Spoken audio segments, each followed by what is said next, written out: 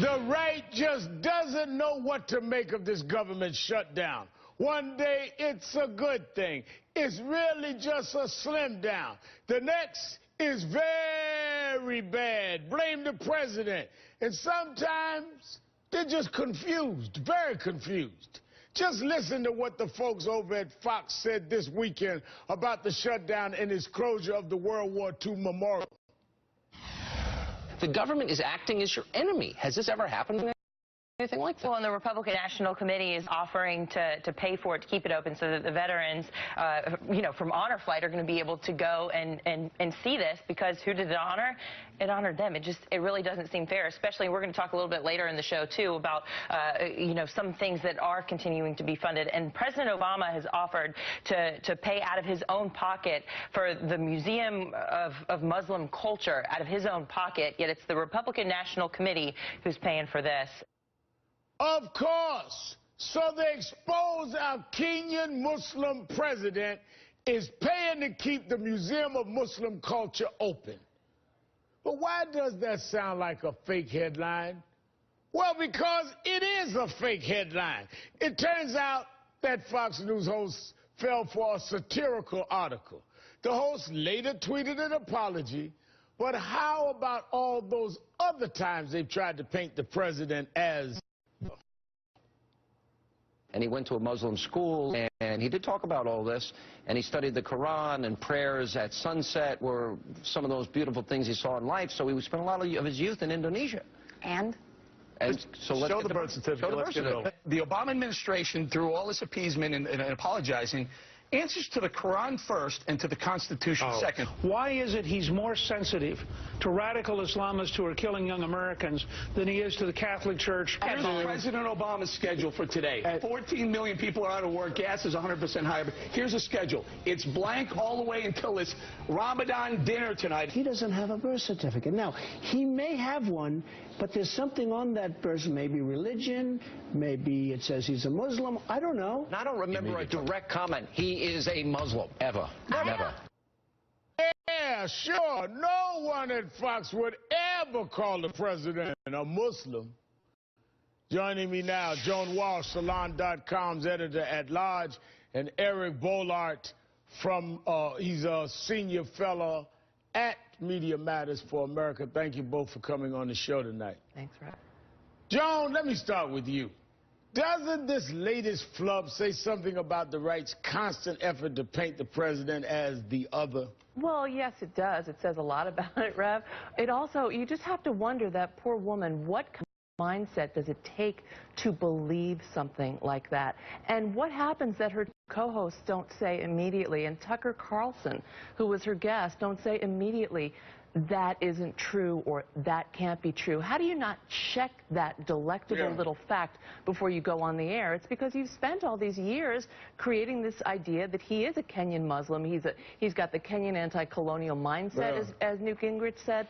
It's really, I was going to say unbelievable. Eric, I think there can be flubs on the air, but I think it is that it's so constant, so more of the same, that it only shows us a narrative that has been built up so unfairly against the president. And specifically in terms of Obamacare and the shutdown, I mean, it's been a monumental propaganda effort about Obamacare. Go back to death panels, go back to the largest tax increase in U.S. history, government takeover of health care. This is just another in a long line. It just happens to be one of the more comical lies that they've told. And Joan is right. How do you tap into that culture where you don't understand satire from reality? Because it's a culture within the Fox newsroom, and it's not just Hannity, it's not just their, quote, opinion talkers, it's their news anchors. It's this culture of, how do we make Obama look like a monster today? And that's not an exaggeration. Opinion talkers are opinion talkers.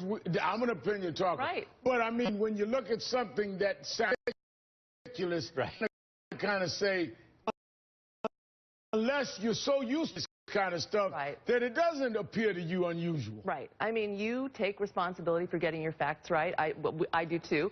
When we get them wrong, we correct them. I mean, and the amazing thing is she did tweet an apology, and that's great of her. Yes, she did. But Fox has still not. And they're going to, AP's reporting Fox is going to do an on-the-air correction Saturday. But not until next Saturday. They can't correct it on the air on one of their other news shows. I mean, they're going to let this sit until next Saturday. You know, it's what makes them a laughingstock. But I have to say, the only reason that this is tolerated and goes on again and again is because mainstream Republicans tolerate it. Yeah. It goes back to John Boehner saying when he took over as House Speaker, it's not my job to tell people what to think about his caucus members who were birthers. Yeah. This is what they've tolerated, and you know, to go to what Eric said, this is how we got here. This is how we got here. And tolerating it empowers them. Right. You know, Eric, the folks up at Fox can't even accept positive news about the president or anything that he's done. I mean, take a listen. Give me one damn program he said he cut. He has cut entitlements. He has cut entitlements. One program. What do you want to yell at? Because you're lying. I'm not lying. You are lying. You're getting special perks and special breaks for yourself. So cut the crap and stop lying to the audience. No, you stop the crap. Lying to the audience. But what the problem is now is that you have a law that's been passed, it's legitimately passed and upheld by the Supreme Court, that's falling apart. Sure. It's falling apart. That's not clear, Bill. That's not clear. Oh, it's clear to me, Rose. And if you just hang around for the next segment, I'll prove it to you. I mean, it's all overkill. And facts, you know, don't even get near them. Let's just boom, boom, boom, keep trying to castigate and denigrate this president. Right. And as you were talking about, they're very confused. As Media Matters pointed out, Sean Hannity has been cheerleading for this shutdown for weeks. Laura Ingraham said it would be a dream for conservatives. Right. And then about 2 days into it, they're demanding, why hasn't Obama stopped it? Why hasn't he stopped all the suffering from the shutdown? So the GOP messaging is completely befuddled, which means the Fox News messaging is completely befuddled because they're the same thing. And so I think that does lead to a certain amount of anger and a certain amount of desperation. So, you know, they're adopting a satirical article as fact. They're kind of boxed in and they're kind of desperate. They don't have a way out of this. And Joan, you know, on the other hand, they may be confused on how they are sending mixed messages, as Eric says, on the president, but they're real clear on when it comes to right-wing stuff. For example, they sugarcoat things. Like last week, Fox News posted articles from Associated Press on its website replacing the word, actually replacing the word shutdown with slim down.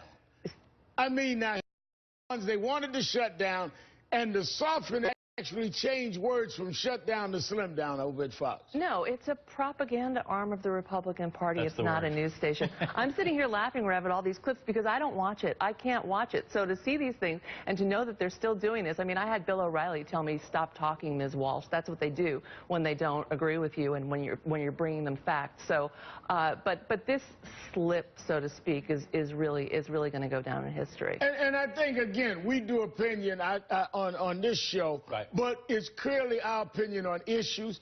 And I'll disagree with Democrats or Republicans when it comes to those issues, because there are Democrats that are on further to situations than I might agree. And we'll debate it out, and with Republicans as well. But when you get people, Eric, that are totally in denial and that have no